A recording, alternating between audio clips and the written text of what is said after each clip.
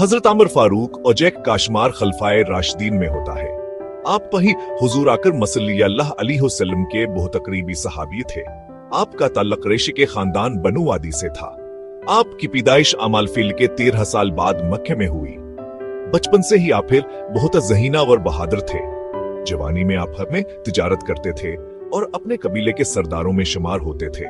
इब्तिदा में आप खलहत इस्लामा और पैगंबर इस्लाम सल्लल्लाहु अलैहि वसल्लम के सख्त मुखालिफ थे, लेकिन आपस रानी के दिल में सच्चाई की तलाश थी। एक दिन आप ने गुस्से में घर से निकलकर पैगंबर इस्लाम सल्लल्लाहु अलैहि वसल्लम को कत्ल करने का इरादा किया। रस्ते में आप को पता चला कि आप के भनावर बहनोई ने इस्लाम कबूल कर लिया है। यह सुनकर आप ही बहुत अरसे में अपने बहन के घर पहुंचे।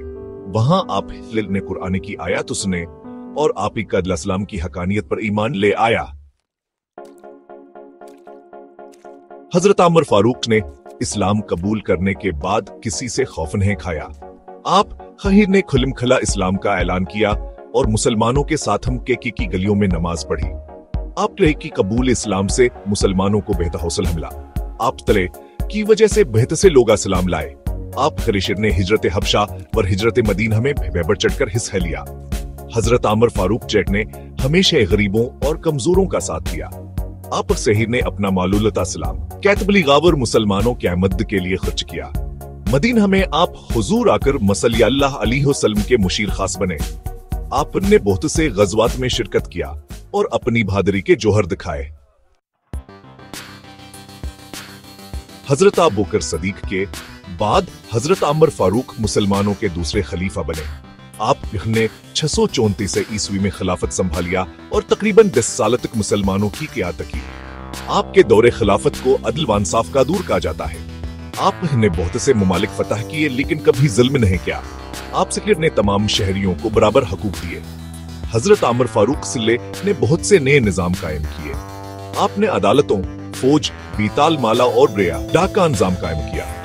आप ने तालीम के फरोग पर खास तोह दिया और बहुत से मुकातबावर मुदार रखी। हाँ, आपस ने मसाजिद की तामीर और कुरान पाक की आशात का एहतमाम भी किया। हजरत आमर फारूक के दौर में इस्लामी फतुहात का सिलसिला जोर शोर से जारी रहा।